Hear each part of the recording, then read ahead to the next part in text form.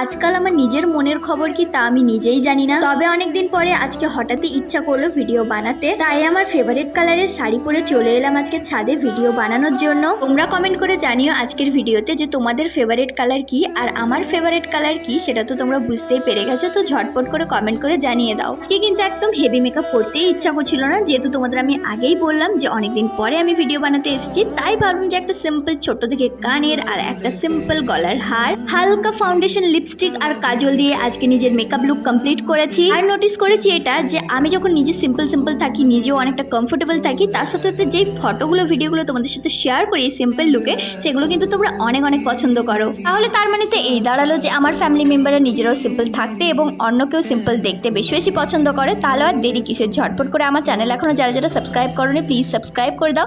Facebook পেজটা এখনো যারা ফলো করোনি প্লিজ ফলো করে দাও। বাই বাই গাইস, দেখাচ্ছে খুব তাড়াতাড়ি নতুন ভিডিওতে।